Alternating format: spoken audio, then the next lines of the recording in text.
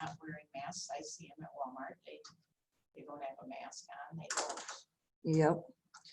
Hello. All right, I can see my camera. Here's my hand. Welcome. I see the top of somebody's head. Jennifer Gillette, welcome. Can they talk? Yeah, usually they can. All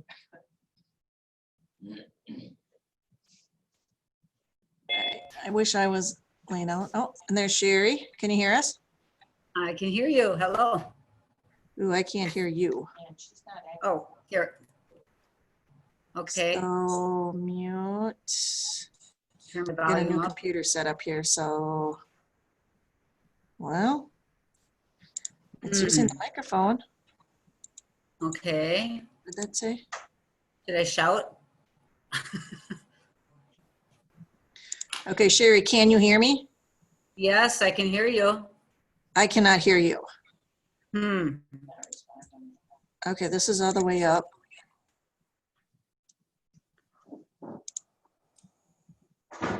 There goes the Adam? My, Hey, it's Julie. I'm sorry to bother you. I can't. Does this thing have speakers?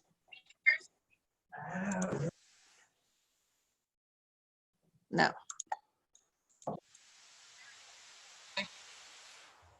I did hook them. Now I can hear the speakers. And No, la la la la la. you should be able to control. Did I bring it in front? Good. Yeah, so you can also control that right here too. You have a an Okay, super. actual knob there. So. Thank you. Yeah, Thank you. yeah. Okay, Sherry, can you hear me now? I can always hear you. You just Okay, can't- awesome. Now we can hear you. So, Okay, great.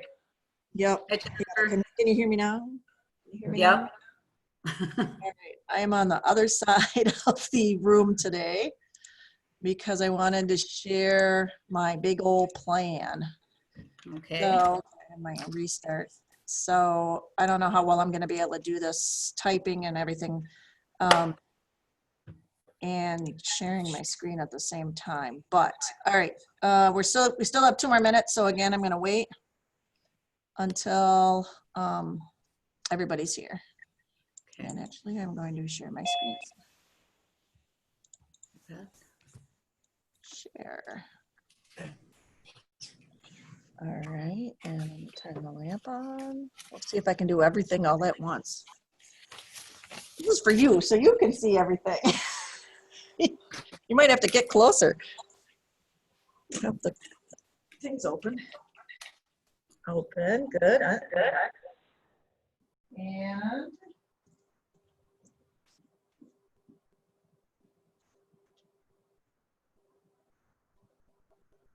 that doesn't help. But you can see it. All right. Whoops.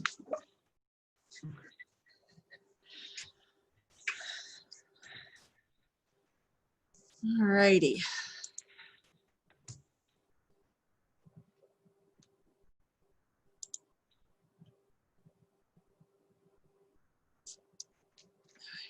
I won't be able to pull that up. I don't have my bookmarks in here.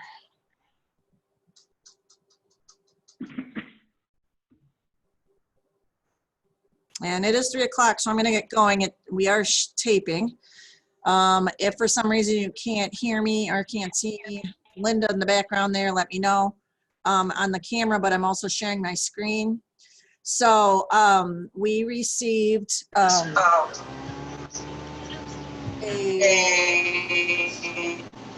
not good. I have a big, huge echo.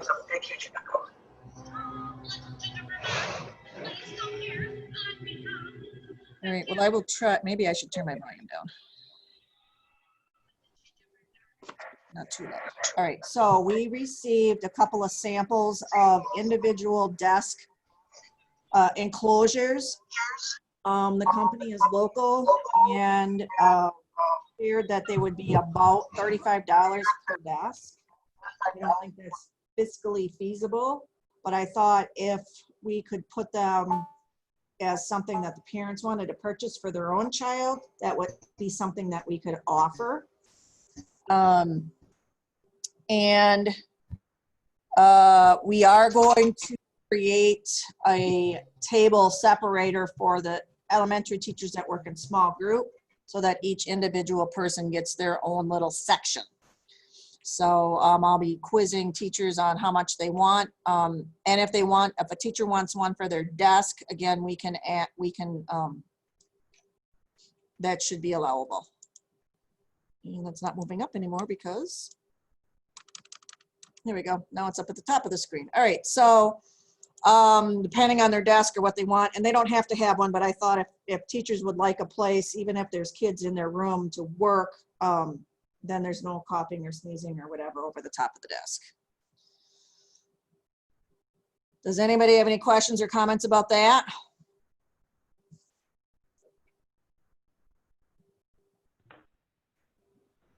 No, but I like it. Hearing none, I will move on. So what I did is I created a transportation form for the bus drivers, not for the bus drivers, for everybody. Let me if I can get this out of here. Here we go. So as you answer, it gives you, there's 13 sections, but only because I had to make sure we had enough for 6 children. That's the most our families have. So as you go through, it asks you, I need the first name and last name of the child and the parent. And then in the morning, my child would be picked up on the bus at home, picked up by the bus at daycare, dropped off, driving him or herself, or riding with another student. So you might have an older one driving and then younger ones are riding. And then if it's your only or last child, you click yes, and it takes you all the way to the next section. I've gotten quite a few answers already. Responses, this just went out earlier today and I have 31 responses already. And I don't want to show any names, but I want to show percentages. So yellow is 61% so far. And again, this has only gone out like a couple hours ago. 61% are going to be dropping off their children. This is 35% will be picked up by the bus at home in the morning. And 3% are driving him or herself. So, and again, it keeps going. And then I go to, in the afternoon, 58% are picking them up. One's getting dropped off at daycare, or one kid, 3.2% right now. 35% are being dropped off at the bus at home, and 3.2% or one kid is driving him or herself. So good to know for busing. Do you want me to repeat any of those, Linda? Okay. I can see it. And it literally is way early. Like I said, 31 responses is nothing. We had over 100 responses for the parents. And I did ask that this be done by July 15th. I can't hardly, there we go. So it's there if anybody wants to fill it out while we're sitting here working and listening and stuff. But it's for us to be able to plan. So if a parent says, no, I'm not letting my child ride a bus, and we don't even have to stop, or sometimes we have to go all the way up a dead end road or a holler to go get a child, and then we bring the kid back.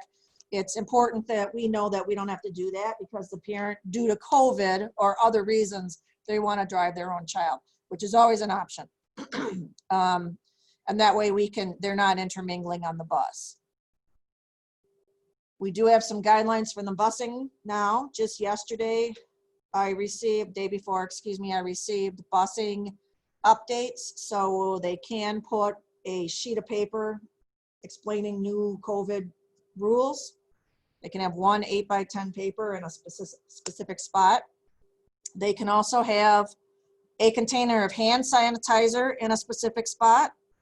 And the drivers themselves can have some sort of curtain or enclosure, so long as it does not impede egress in or out of the, I guess egress by default is leaving the area.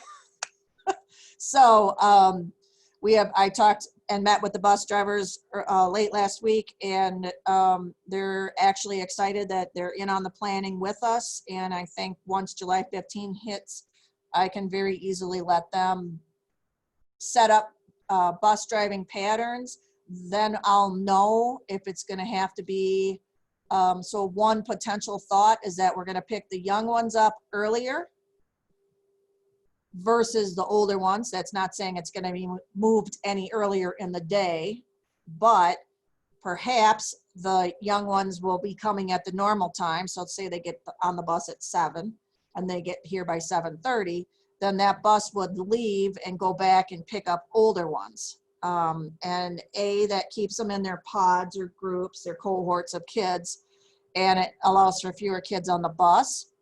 Then we could potentially shift some hours or some times for the older ones so that, again, we all know that older students like to sleep in anyway, and some superintendents. So that, again, all up in the air, but the transportation form is to allow us to do some planning. Does anybody have any questions about that so far?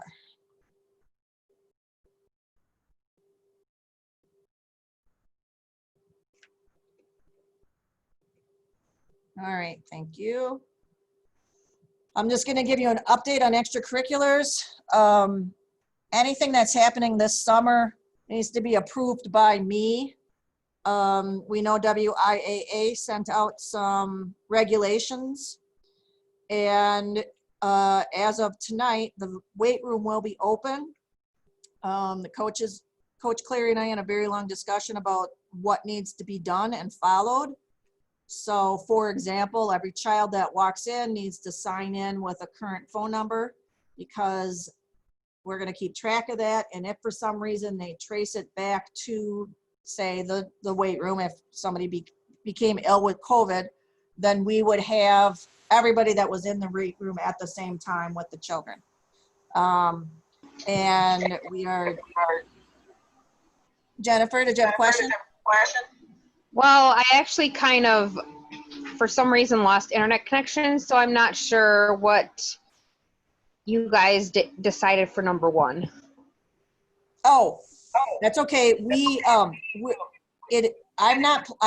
can't afford to give every single child a $35 desktop. So the suggestion we had was maybe we can take orders for the company, because it's a local company that's changing what they're doing, so that we can have these fabricated for our students. So if it's something that the child wanted or the parents wanted for the child, that would be something that they might consider purchasing. Okay, and what if the families can't afford to purchase them? Then they're gonna have to, and again, I don't know if this is 100% yet. This is all planning right now. I don't see that we're gonna buy them for some, not others. So we are going to anybody that wants them face masks, and we're going to initiate more cleaning and more, well, just more cleaning and sanitizing in all the rooms, bathrooms, and common areas. So we're hoping that that is enough to safeguard our students. Right. Now, what about the Chromebooks? Well, the students already have all their own Chromebooks. Correct. So they can't learn off of that then, or? Yes, they could. The problem is in the elementary, they don't have all Chromebooks. Oh, okay. So it would just be mainly my youngest that would need a laptop, correct? And I don't know what grade your youngest is in, Jennifer. He'll be in kindergarten. 4K. Okay, so we're planning on having in-person schooling for everybody. Right. So if you're choosing to, yeah, everybody's, unless you're Jennifer, can you mute, because they're having a lot of feedback. Thanks, everybody. So Jennifer, the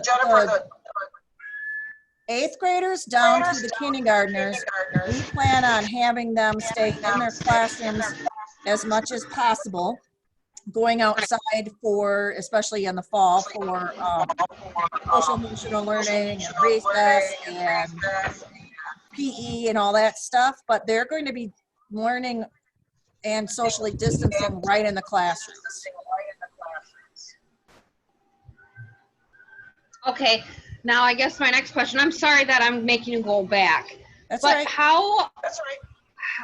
so how do you expect a 4K-er to wear a mask? Or how are you gonna make sure they wear a mask? We're recommending masks, but we're not sure we'll be able to do that. Right. Yeah, because I know I'm pretty sure for a fact that my 4-year-old's not gonna wear it.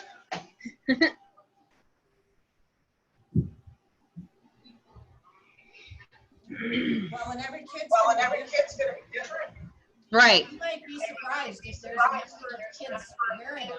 They may want to be like those other kids. I mean, I think that has to be a group effort on both the families and the schools' part. The importance of why you may need to wear a mask. Right. Well, what about those that have like allergies or asthma? Well, you can't expect them to have to wear them. Yeah. Right, and that's kind of the state we're in. Almost all my kids have either asthma or allergies. So while there's no way we can 100% guarantee that everybody's gonna, nobody will catch COVID. We just can't guarantee that, Jennifer. What we're doing is doing the best we can while educating as many students as we can in the building. And we will be guided by the county. I'm going to turn that volume down again.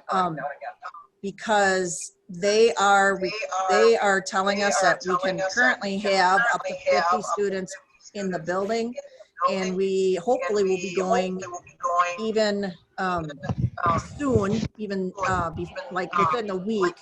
Hopefully we'll be going to the next tier of safety, unless we get another outbreak of COVID in our county.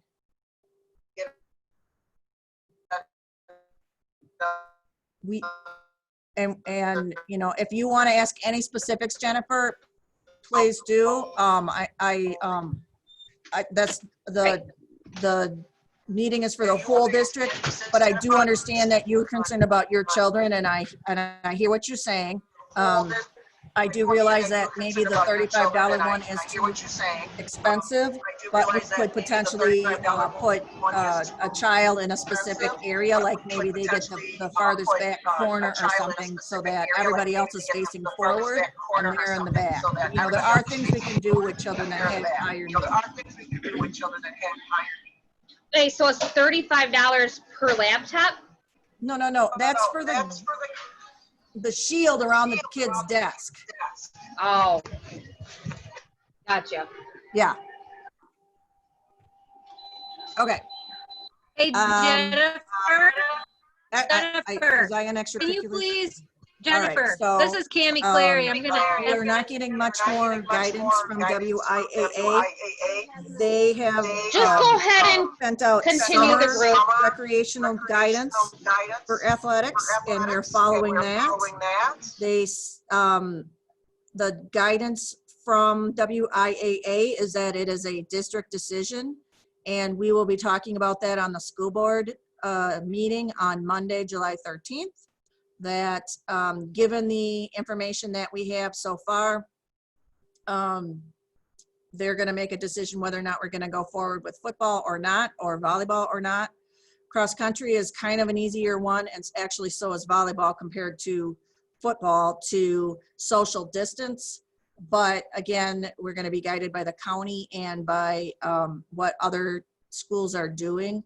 So if the Ridge and Valley schools are going to participate in football, chances are we will participate in football. But again, that is a board decision, and I will inform the board what the Ridge and Valley superintendents all decide after July 6th when I have that meeting.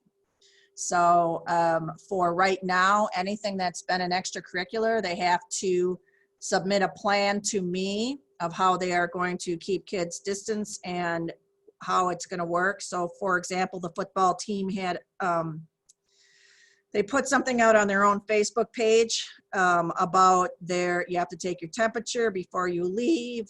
Excuse me, you won't be, there's no access to locker rooms. You can use the restroom, of course. Only 10 students in the room at one time, and then they stay for a certain set time, and then they're gonna be asked to leave to let the next 10 students in. If they do not own a face mask, we will give them one. We're gonna keep track of who has it because they can be used and washed. We're sending home how to wash face mask instructions. And then we're also keeping track of who's there and a current phone number so that if there is, for some reason, somebody that does come down with COVID, that we can immediately give the county people a list of who was in contact with that child. That's just common sense to get that information ahead of time. If students have their own masks and prefer to use those, that's okay. Ours are just the cloth ones. We received some from the county and we're getting some from DPI. We do have some one-use paper ones that are pediatric. So we won't need those for extracurriculars at this point. Does anybody have any questions about that?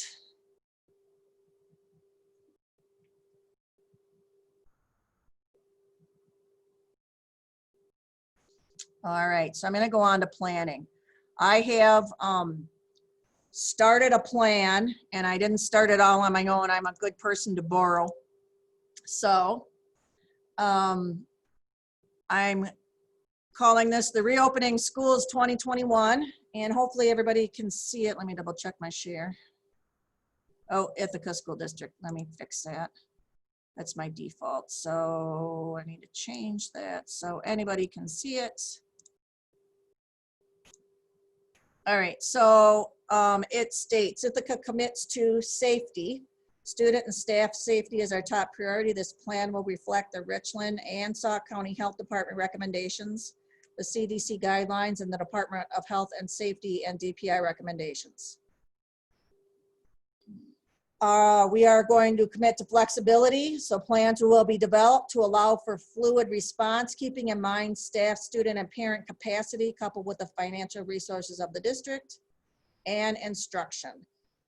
Plans will reflect a preference for face-to-face learning and focus on creating conditions to safely reopen schools. Instructional models will include blended and e-learning options in the event that face-to-face learning cannot occur. So I'm not going to read the whole thing, but this is my first time writing some sort of plan like this. And like I said, I didn't write it all. I borrowed it from another district that has a lot more people in their central office, I would imagine. So we're going to talk about operations, which is our physical spaces.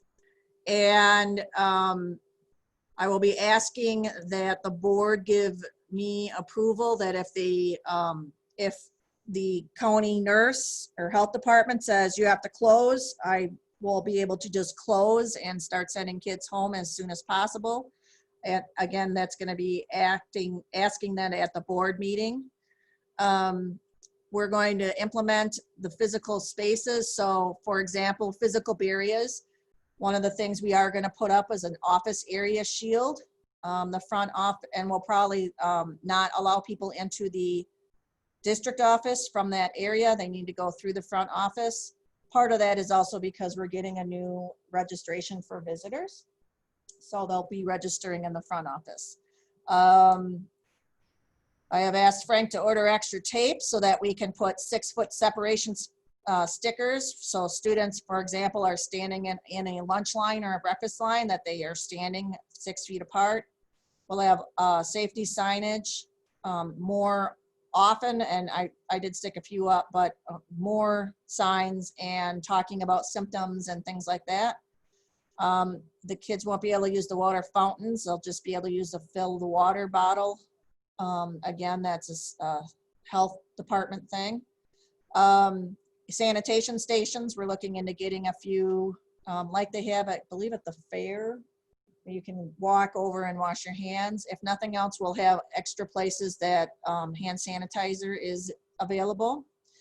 We're considering not using lockers. or letting them use the backpacks. Again, this is a plan and nothing's set in stone yet. This is just a first time through it. So if you guys see anything, let me know. Creating space for distancing. So for example, it's been suggested that the teachers put their desks at the back of the room so that they are not being breathed on by all the students in the front of the room. Again, just something to consider. And then we do need to identify an isolation area, a place, and where we're going to keep all of our personal protective equipment. In our environment here, we want to make sure that we have increased circulation, so windows can be open, allowing the air to flow freely in the rooms. We're going to increase our daily and weekly protocols for cleaning. We're not going to have shared supplies. So I know typically in an elementary room, they'll have a bucket of pencils at the center of the table.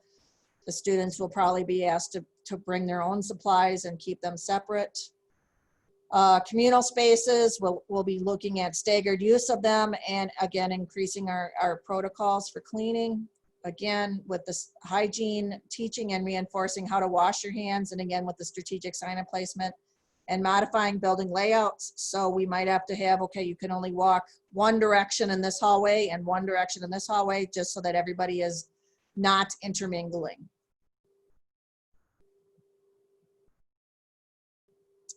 Day-to-day operations, we will be limiting non-essential visitors and visits. Again, cohorts, I mentioned this before, so they're more in static groups.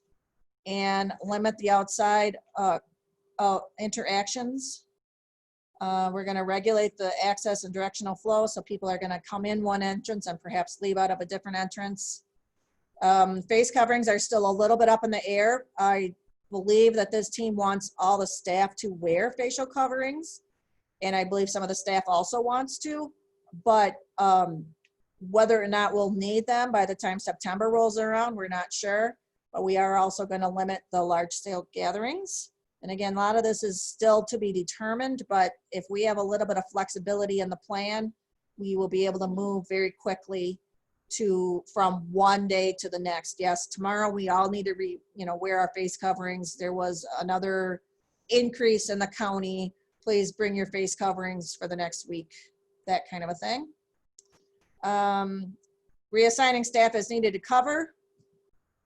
For the high-risk staff and students, we're going to limit exposure and provide alternatives. So that's again for students, if the parents feel that they cannot send them to school, well, we will provide alternatives. We have some points of contact. Our communication is going to be frequent and systemic. I'm sorry, did that say systemic? Yes. I thought it said systematic for a second. Field trips, if we're able to have them, we're going to make sure we monitor the conditions before final approval, and only 24 kids fit in a bus right now. And speaking of buses, here's our transportation. So 24 students or fewer per bus, 1 student per seat, and students from the same household may sit together. So if you sit at a window and the other student sits across the way in a window, that allows almost 6 feet of separation.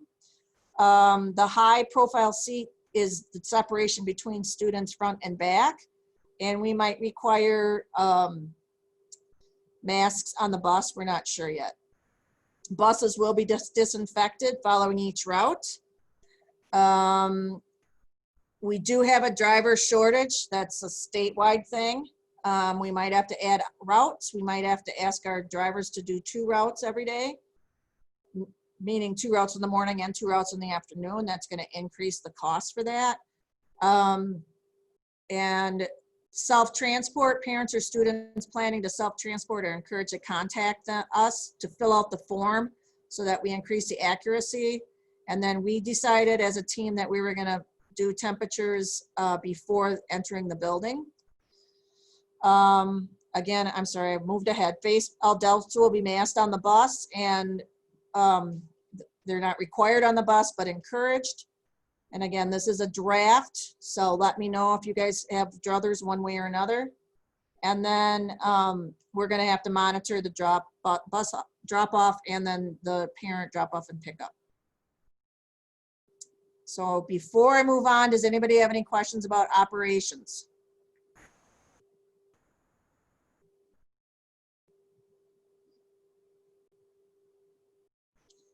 I just feel like I talked throughout these all these meetings. I do appreciate when people have questions and ask. All right, so instructional mode. Face-to-face is what we're gonna hope to do. And we're gonna just have operational safety procedures to reduce the spread. We might have to reassign staff. We might have to change schedules.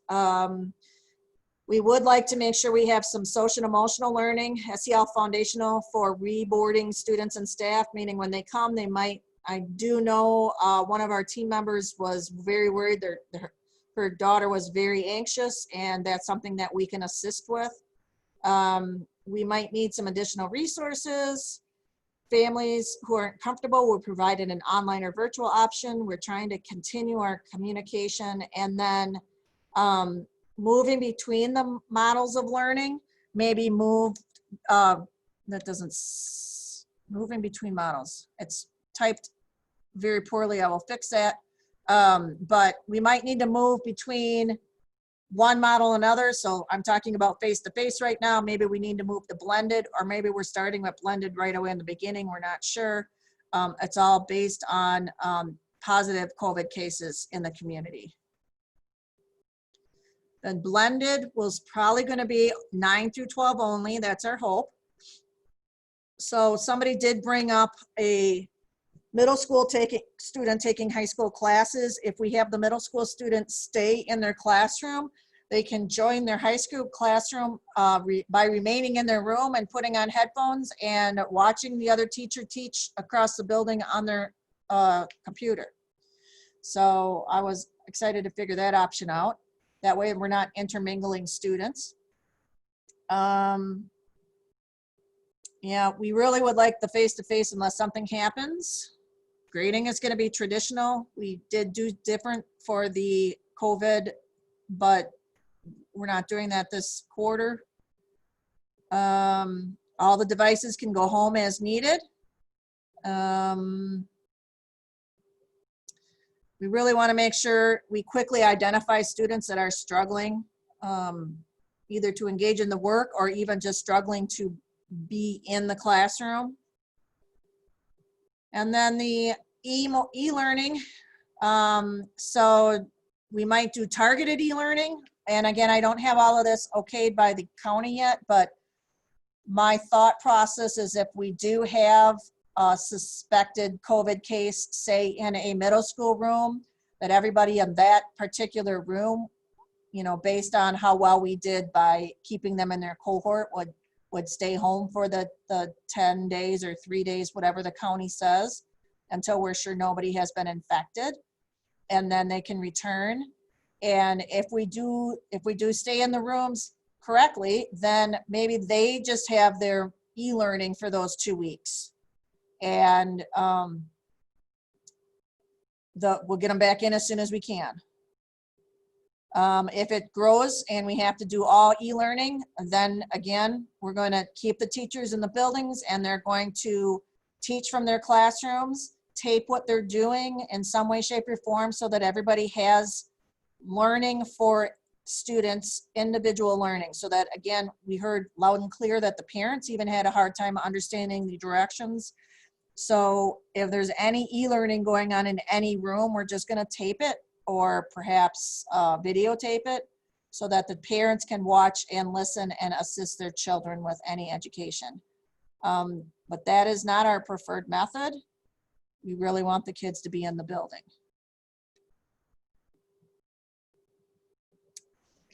I've got a quick Then when question. we talk about any of our special education students with a 504 plan, or our English learners, we want to make sure that all of the environments are stable for them, make sure that we have our caseloads even, and maybe we have to redesign some of it. Or if there's, you know, we want to make sure that our students that have an IEP or an LP, a learning plan for EL, that we are accommodating their needs. We don't want students to continue to fall behind. Well, I'm doing a toast talking again. Does anybody want to share anything? Can you hear me? Hello? Okay, so Jennifer text, what about the parents that have chosen to keep their kids home already? That is fine. That is an option. The DPI is working on ways that we can still count those children. If they are a middle schooler and high schooler, they will automatically get a Chromebook to take home and use. If they are younger, I think 4th and 5th grade have Chromebooks also, but we're looking at purchasing, the problem is that everybody and their mother in the United States and across the world all bought computers at the same time, handheld devices. So we're hoping that we can use what we have, or like I said, if the parents have already decided that they're not sending their children, that is a decision that they made for their own family, and we honor that decision. Whether or not we can get them their own computer all the way down to kindergarten is going to be up in the air with ordering. That's the only thing that would be holding us back is, you know, if they're 6 to 8 weeks out right now, we would barely, if we ordered right now, we would barely get them in time for school to start, let alone teaching the kids how to use them. And the one good thing, and Kathleen, if you're listening, or Chris, with the Schoology that we have just approved and purchased, when the kids log on, this will help with DPI counting them as students so that the school also gets the funding. With this particular program, the students and the teacher will be able to tell that they have been on and they've been listening and they've been participating. We did not have this at the end of this last school year. So, you know, the good thing is the tracking, which should be good for the parents as well, so that if they have to be at work or whatever and they're relying that their kids are, you know, tuning in and doing what they're supposed to, you will be able to find that out from the school. Have I got that correct? Yeah, and you can access Schoology from any device, so a computer, a phone, a laptop. Mike, you had a question? Can you hear me? Yes, I can hear you. Okay. So as far as like quarantining a class, if somebody ends up turning up positive, I guess my thought is we have a lot of families obviously that have several siblings. Would the siblings classes also end up being quarantined and kind of, I guess, you know, if I've got 2 or 3 brothers and sisters and I have COVID and they're probably going to get it too, wouldn't their classes also need to be? And then it's kind of I feel like it's an all or nothing situation. And it might be, Mike, we'll be guided by the health department at that point. Okay.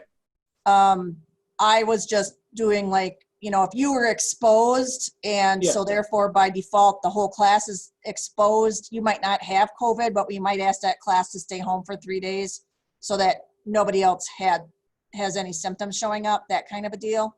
Gotcha. But I wouldn't make that call on my own. That would come from the county. That's what I figured. Okay. Yeah. Sounds good. Thanks. Thanks for clarifying. All right. So it's social and emotional health. I already mentioned that we're going to be working on it. I don't care for this link myself right now, so I'll leave it alone. But you can see that we really need to work on making sure the kids are ready for school, making sure the staff is ready for school. We did find some really nice links. We have a safe schools alert system and a safe schools training system we get from our insurance companies. And in the safe schools training is how to recognize the symptoms of COVID, how to sanitize and wash things down properly. So I believe Kara asked that last time, so that's going to be required training for the staff before they come back, or before the kids come back. And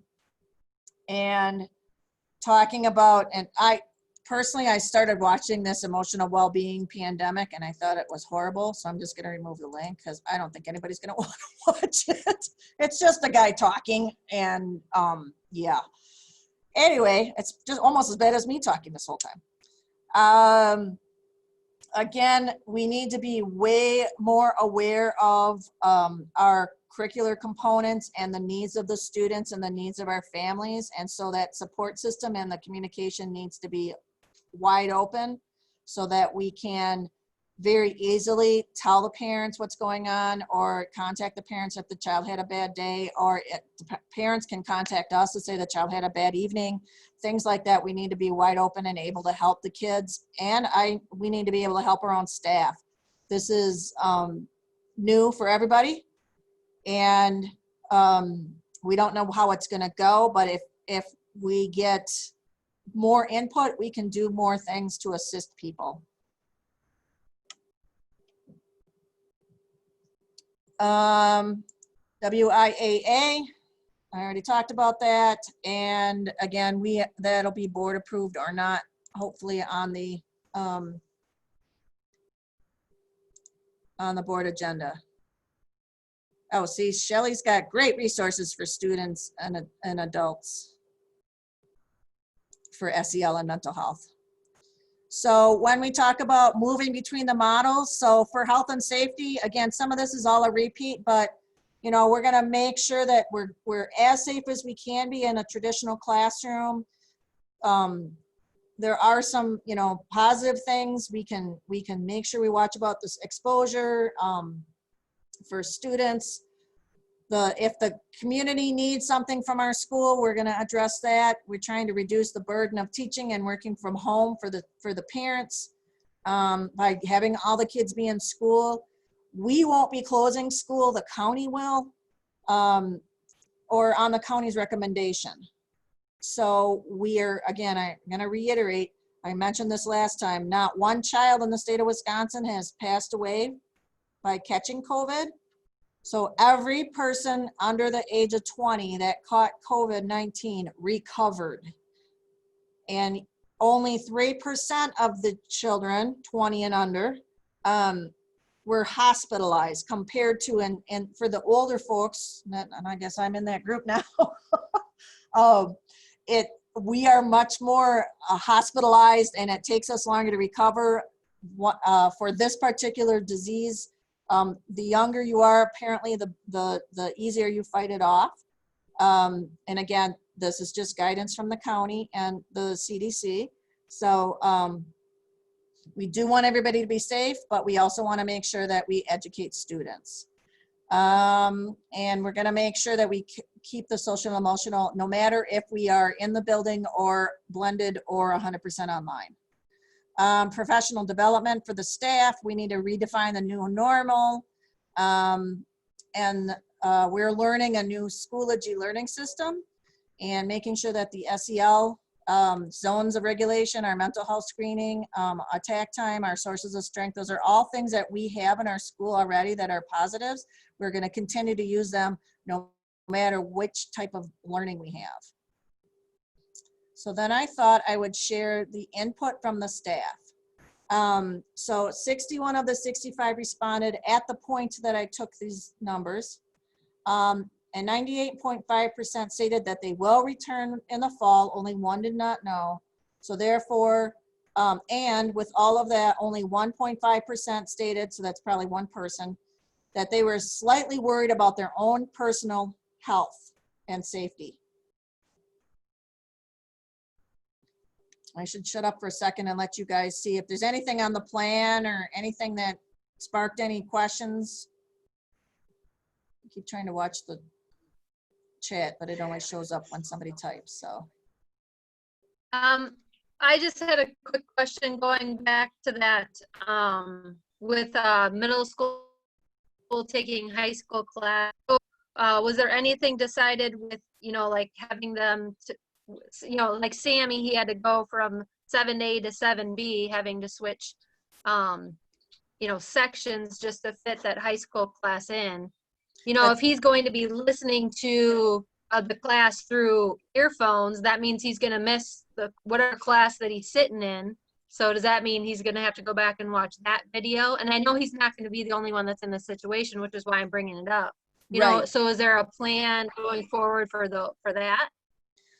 One of the things that they did this year when they created the schedule was to make sure that those needs were addressed ahead of time. So I believe there's Okay. only 2 students that are taking that particular class, and it doesn't mean for those 2 students, we don't have to change schedules. There's none of this AB stuff going on. They're in the same class the whole time. Okay. All right. That's good. And I'm not 100% certain, Cammie, if it's if they're leaving, if it was the exact same hour or not. But they don't have to flip-flop between A and B. Okay. All right. That's good. So yes, there's still going to be. I'm working on the And large. okay. This is just something that I thought of, you know, kind of late last week, and I just wanted to bring it up now. Has anybody ever thought of doing a block scheduling?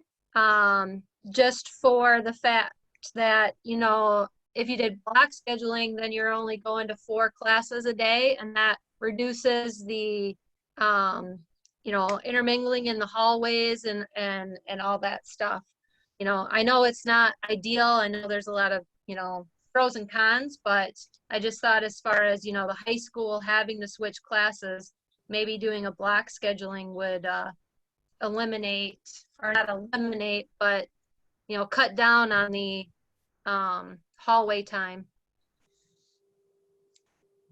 I agree with you. Because we have so much shared staff, we have not been able to do block scheduling. Okay. But that's not to say that we are ruling it out. On Monday, Ms. Shane and Mr. Lechner and I sat down and worked all day on how many kids are in each classroom in the high school, because that was the one thing that we hadn't counted on. We made sure all the classes can socially distance in the room that we've assigned them, and high school classes would be able to socially distance, and we haven't even figured out yet passing time or lunch or anything like that. What I'm trying to do right now is give us that big, you know, 50,000 foot view, so that then when we can, you know, I didn't even know at the beginning if we could do social distancing in each class. So if we move some teachers around, yes, then we can socially distance in every class. Or if, for example, we might not be able to have we can't have a band right now. We can't have choir right now. But can we do it in a different manner? Or can we do it in a different way? Or can we have small group band? Or can we have small group choir? Those are all questions we're still looking at. And some of that stuff won't come out yet.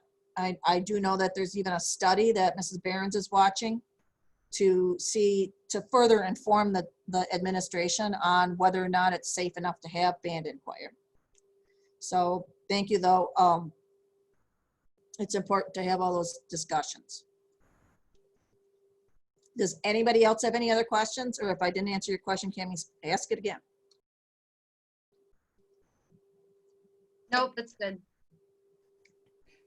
Julie, I typed one in. I just wondered, from the staff member survey, do you have a suspicion about what their health concerns were? Yes, I do know what it was. Is it something that we think we can alleviate or change to make them feel safer? Yes. Excellent. Yeah. All right, and again, family input, and this survey went out quite a few weeks ago, and we've been talking about it, but I thought as of 6/26, this has even changed a little bit. So 13% of the families say that they will stay home for virtual, and 91% say that they're coming to school every possible day. It's over 100% for those of you mathematical people in the group. Some people clicked both buttons, and that was okay. I mean, I didn't say it was either or. So some people had the ability and they did click both buttons. So we're going with that. I cut off the bottom because there was a lot of extra on this one, but again, which would the parents prefer? So some 15% wanted remote learning for all.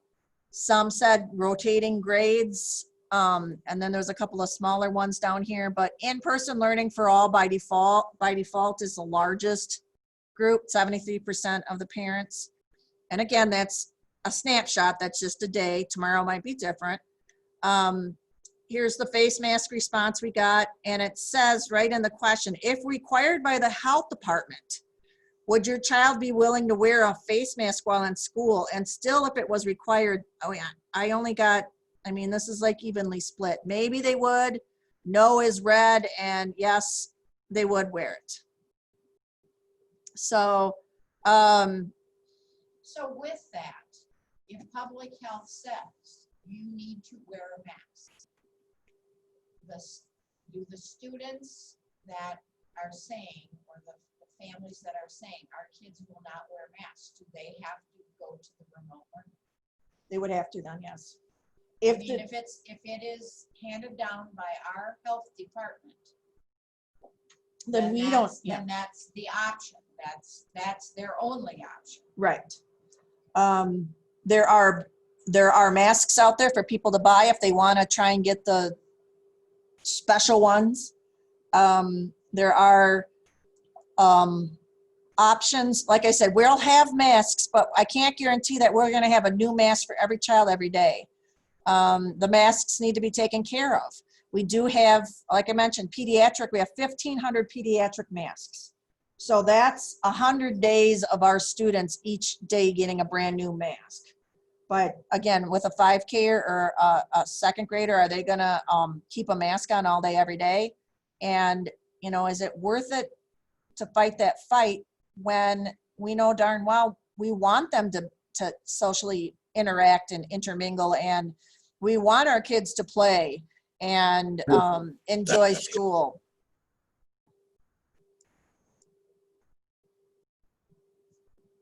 I thought somebody might have had a question, so I stopped.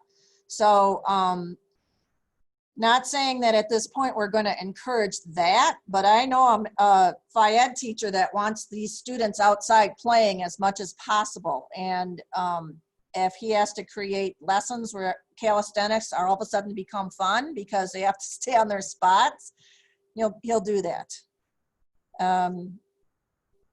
So the mask part, we're not sure. If the parents request it, we can try, but we can't have we can't be holding the mask on a child's face.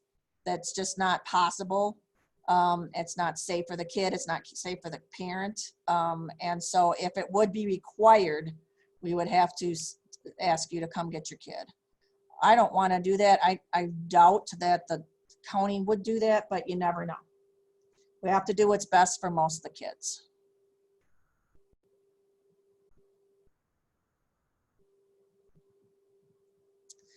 Oh, there's text or chats. Thank you, Julie. Okay, the face shields are also proving to provide a safe protection from receiving the droplets. Are we considering purchasing some for staff? Yes. Staff is definitely in on the list of face guards or face masks. We're also going to get some face shields because personally, I feel that if somebody can't see my face, they can't see the little smirk on my face, and they won't be listening to me as well. The teachers, some of the teachers, especially, for example, the speech teacher would like people to be able to see her lips when she talks. It's really hard to teach speech without somebody seeing their lips. So we are supplying the masks. Again, we're just supplying the cloth masks. And as long as we can continue to get them, we'll continue to get them. We have 1,500 in the building, cloth masks for middle school to high school level faces. So that includes the adults. And we have 2,000 more coming. So that's 3,500 for the school year. Adam and I figured out we needed about 5,000 if you go 15 washes. So the idea is, and again, proper care of a face mask will be included. You should take it home and wash it every night. keep it separate. The less you touch it, the safer everybody is. There's all kinds of things included with the mask, and we're gonna follow every guideline we can.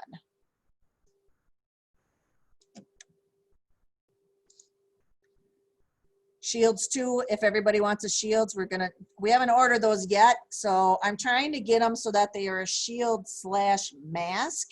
They have them now that the shields actually come and wrap around your chin and go around your neck a little bit, so that you don't have to wear a shield and a mask to be safe. But bare minimum, we'll get shields. So yes, I'm hoping, I don't think we're gonna provide those to the students because I don't think they're gonna need them. But if for some reason a parent really, really wanted, you know, we're not out to make any money on it. If there's, you know, 10 or 12 students that the parents feel that they would like their child to have a shield versus a mask, we could potentially supply that instead. But that's going to create,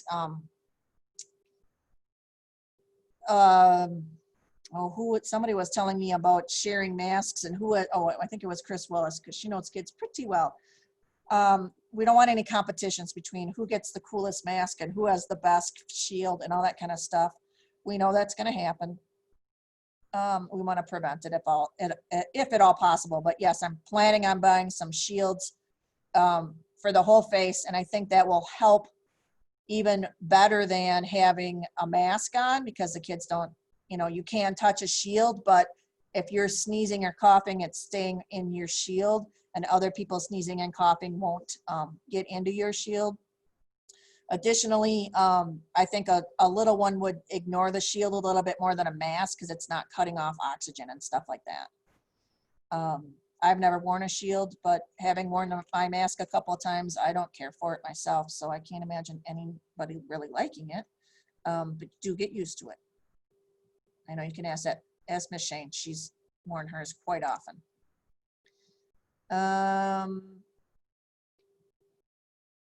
Speaker enhancers.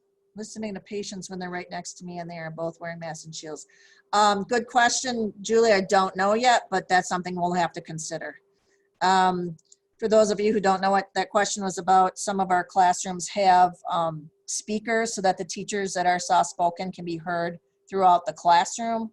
And if you're wearing a mask while talking, it could potentially echo or muffle what the teacher is saying, thus making it harder to hear. Okay, so I just put the next steps. This was my first time through with this restart plan. So next week on the 10th, we will also have a plan. We will go through this plan, and if you have any questions or comments or anything, if something strikes you as wrong or needing tweaking or something, please go ahead and email me, or I don't remember if this is in, you guys might have a complete access to this. So if you want to type right on it, let me know. Do it on different colors so it shows up. And then I'm hoping to present this on July 13th to the regular board meeting. And then on the 13th is Monday, 14th, communicate reopening planning. So if the board okays this, we're going to put it out to the general public, meaning of the rest of our families. So any questions that you have now, please ask them, because I like them answered fully before we put it out to everybody, because chances are more than one person's going to have the same question. Then we will continue to update the parents and answer all the questions. And we do have open house on the 27th. That I don't know what that's going to look like, but again, we'll have to have planning in place. And then we start school on September 1st. It seems like a long way away, but it's not. we call it mugging, and when somebody asks a whole bunch of questions of you while you're walking around the building. Now, I got mugged this morning in the office, and I said, "Oh, we don't have to worry about sports. It doesn't start till July." Forgetting that today was July 1. So I love my job. I hope that you guys are understanding that this is a long-term process and this has never happened before. So I don't know what I'm doing when it comes to planning things like this. And everybody asking the questions that you guys are all asking is just helping everybody learn and refine the plan. So no question is a stupid question. I was told that in college right away when I asked. And what you're doing when you're asking questions is helping us refine the plan and help the parents that do still have concerns about sending their children to ease those concerns and to help everybody.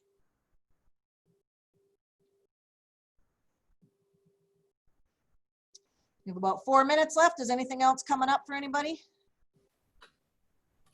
I don't know if this was, can you hear me, Julie? It's Shelley. Yes, I can. Thank you. I don't know if this was brought up. I had a child come in for a moment, but when you're talking about students who maybe they're going to be remotely part of another classroom, you know, say they're sitting in Chris Willis's room, but they're in like a high school math room or whatever, Yes. and they're in front of their Chromebook and they have their headphones. How are they going to be able to ask questions to be like an active part of the learning? They might be able to type in chat. They might be able to have a speaker on their headphones that the other teacher could hear.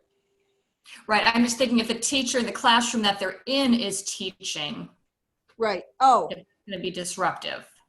I would think that that teacher would be understanding that, you know, Billy is sitting in the corner with his or you know, laptop, and that they're working with another teacher in a different room. Okay. Okay, because I'm thinking that might be one or two of my kids, so.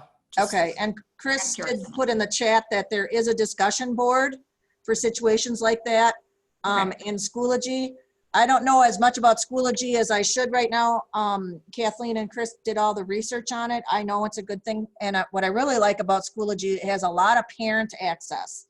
So the parents can see what their child turned in and how it was graded and things like that. So hopefully that if there's a discussion board in the classroom and the teacher's running it, I think that's called asynchronously, that the discussion board will pop up like my chat does. If I was teaching and writing on a whiteboard and I knew there was a student, I'd assign somebody to keep an eye on the chat or the discussion board for me so that I can continue to teach. And then when the child asks a question, if they typed in a question, I could answer it.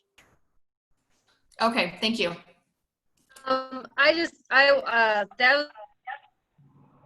That's a really great question, Shelley. I know that, you know, Sammy's going to be in that situation and he's pretty shy, but, you know, is there a chance that he would be able to go into that high school classroom in the morning to ask that teacher questions? Because he's not one that's going to all of a sudden start talking in the middle of his middle school classroom, you know, when other things are going on. So can he still at least go to that teacher like in the morning or after school to get his questions answered? Or is this going to be, you can't go to that side of the building? No, I think that would be a very acceptable reason to go talk to a teacher. Okay.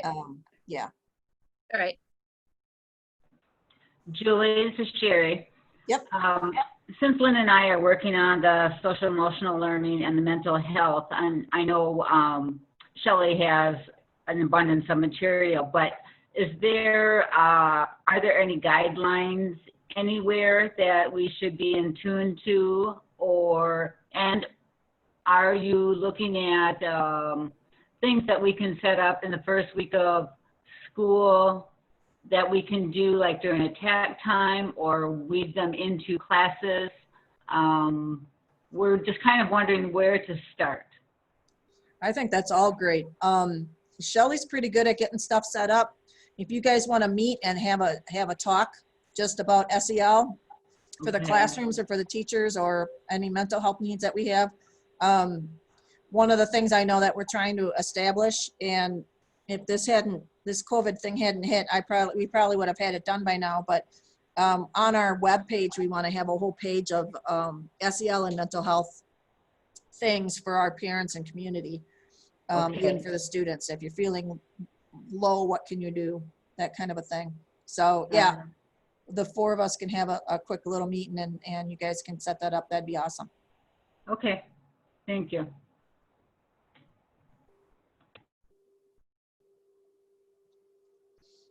All right, well, it is 4:01.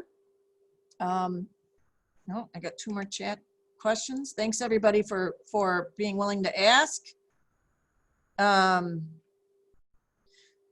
Jennifer, I'm going to answer you separately, but again, Shelley definitely wants to be part of the SEL planning. Awesome, you guys. I'm going to say goodbye, everybody but Jennifer. I'm going to stop sharing, and Jennifer and I can, and I'm going to stop the recording too, because nobody needs to know all the details about stop recording. There we go. All right, everybody. Thank you.